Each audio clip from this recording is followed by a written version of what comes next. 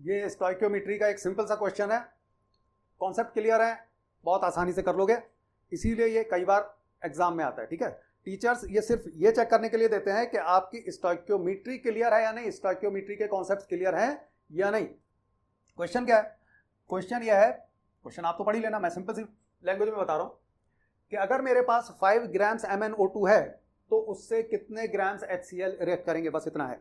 तो मुझे ये पता है 1 मोल MnO2 4 मोल HCl से रिएक्ट कर रहा है एज पर बैलेंस रिएक्शन। ये ध्यान रखना, रिएक्शन बैलेंस्ड होना चाहिए, तभी आप स्टोइकियोमेट्री लगा सकते हो, वरना नहीं लगा सकते।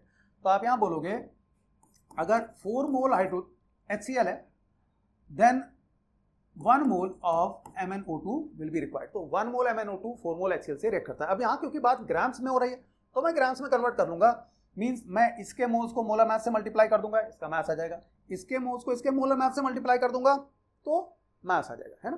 तो MnO2 का मोलर मास और HCl का मोलर मास, तो मोलर मासेस की अगर बात कर लेते हैं यहां पर, HCl 1 प्लस 35.5 कितना हो गया, 36.5 ग्राम्स पर मोल हो गया। और MnO2 की बात करें, मैंगनीज 55 और 2 टाइम्स ऑक्सीजन, तो 55 प्लस 32 कितना हो गया, 87 ग्राम्स पर मोल हो गया। तो इसका मतलब यहां पर MnO2 के लिए मेरे पास 1 into 87.87, so it will be 87 grams. कितने से रिएक्ट करेगा, 4 टाइम्स 36.5। अब देखो इसको मल्टीप्लाई करने के लिए ऐसे मत करना 4 5 जार देन 4 6 जार, ऐसे नहीं करना, सिंपल सा देखा करो। इसको 35 कंसीडर करो, 35 इंटू 4 140 हो गया, 35 इंटू 2 कितना होगा 70, इंटू 2 140 हो गया। अब 1.5 बचा था, 1.5 इंटू 4 6, तो 146 हो गया। वैसे भी आप डबल करके भी कर सकते हो, 36.5 का डबल करो 72 प्लस 1 73, 73 का डबल करो 146, तो ये 146 ग्राम्स हो गया।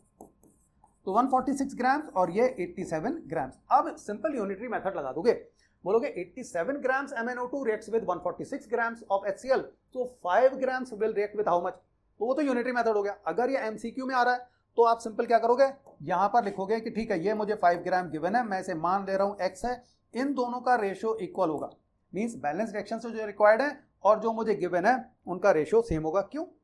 क्योंकि डायरेक्टली प्रोपोर्शनल है।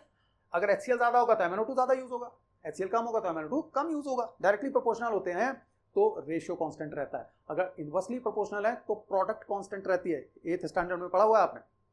तो यहां से x की वैल्यू निकाल लोगे तो x की वैल्यू क्या आ जाएगी, आपकी x की वैल्यू आ जाएगी 146 इंटू 5 डिवाइडेड बाई 87। जब इसे कैलकुलेट करोगे तो ये 8.40 ग्राम्स आ जाएगा। इसका मतलब इतना आपका HCl यूज होगा।